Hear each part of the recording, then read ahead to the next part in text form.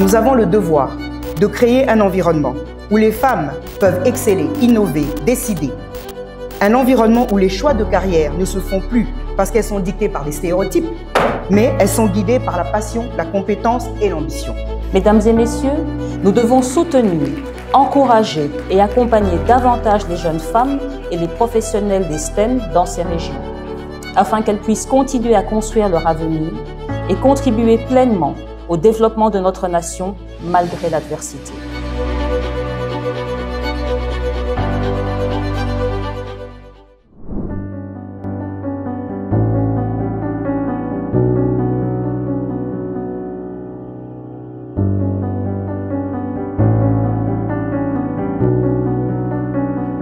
Le message qu'on a voulu faire passer, c'est qu'aujourd'hui, on ne peut pas construire notre pays, notre société, sans l'apport des femmes. Et que l'apport des femmes dans les technologies est primordial parce que demain, nos sociétés se transforment. Nous sommes dans ce qu'on appelle la révolution, la troisième révolution, la révolution 3.0. Et aujourd'hui, vous ne pouvez pas concevoir de pouvoir entrer dans une transformation digitale, une transformation numérique, sans que les femmes soient elles-mêmes partie prenante. Donc l'ARPTC montre que non seulement qu'elle a compris les enjeux, et que les enjeux, c'est celui de pouvoir aussi former et renforcer les capacités de son capital humain, qui sont les agents, donc qui sont aussi les femmes au niveau de l'ARPTC, car vous savez que l'ARPTC est constitué à plus ou moins, un peu moins de 30% de ces agents qui sont des femmes. Donc venir ici, c'est soutenir les STEM, c'est soutenir aussi nos agents en leur disant on contribue à renforcer vos capacités en participant, parce qu'il y en a beaucoup qui sont venus aujourd'hui.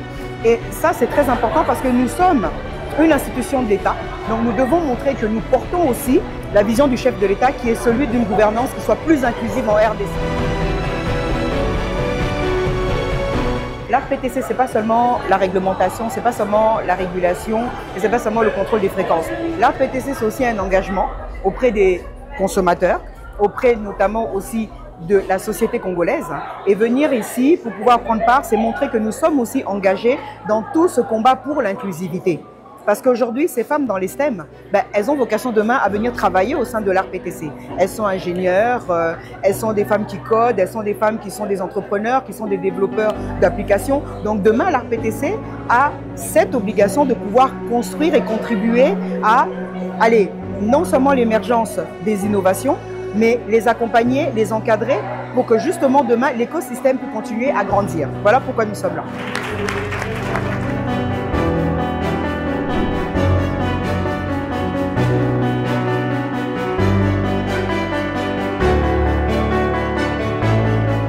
L'ARPTC a décidé de faire cette descente au camp Kokolo, spécialement en ce mois de mars. C'est pour marquer notre solidarité avec les femmes veuves du camp Kokolo. Ensemble avec le président de l'ARPTC et la vice-présidente et les membres du collège et les agents, nous sommes venus compatir avec les femmes veuves du camp Kokolo. Pourquoi ces choix? Parce que ce sont les femmes des militaires qui sont tombées au front. En ce moment où notre pays est en train de passer une période de tumulte, nous avons jugé bon, avec les peu de moyens que nous avons, de venir visiter nos mamans du camp Kokolo pendant ce mois de mars.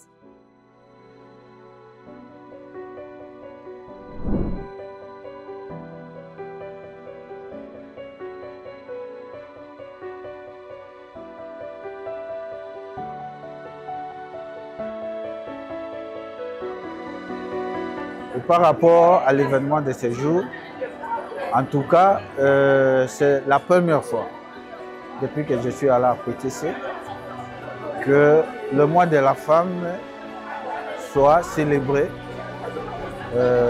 d'une façon particulière par rapport à l'organisation de cette rencontre.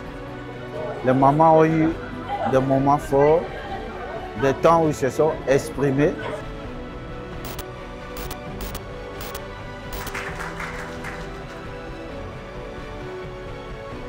Je suis très contente de cette activité parce que cela nous donne en fait l'occasion de parler, de nous exprimer. Généralement, on n'a vraiment pas ces occasions de parler, de faire entendre nos ressentis. Mais avec cette activité, ça nous a permis de nous rapprocher, du président, de nous rapprocher des autorités, d'échanger. En fait, la cohésion, bien évidemment, si elle n'existe pas, elle peut se créer. Rien n'est impossible, on est sur la terre des hommes. Donc, on peut toujours se créer cette cohésion parce qu'on dit bien l'union fait la force. Lorsque nous sommes ensemble, on peut faire des grandes choses ensemble et on peut vraiment faire parler, disons, le genre féminin au sein de l'RPTC.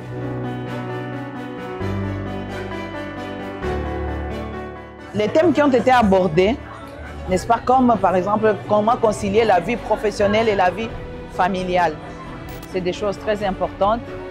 Comment faire en sorte que les personnels se sentent à l'aise au travail, le bien-être personnel à développer, les outils à utiliser pour améliorer la productivité.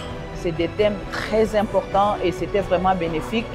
C'est une initiative qui est louable parce que nous sommes d'une part dans ce mois du droit de la femme et d'autre part c'est une occasion d'écouter les femmes sur les différents besoins qui pourraient être les leurs dans leur activité professionnelle, dans l'environnement professionnel qui est le leur et aussi dans les aspirations qu'elles puissent avoir. Donc c'était intéressant de d'abord donner cette occasion d'échanger, de célébrer en fait les droits de la femme et d'un autre côté c'est une opportunité d'écoute et je dirais d'expression de leur part qui va aider à ce que demain nous ayons d'elles beaucoup plus de liberté dans l'expression de leurs ambitions.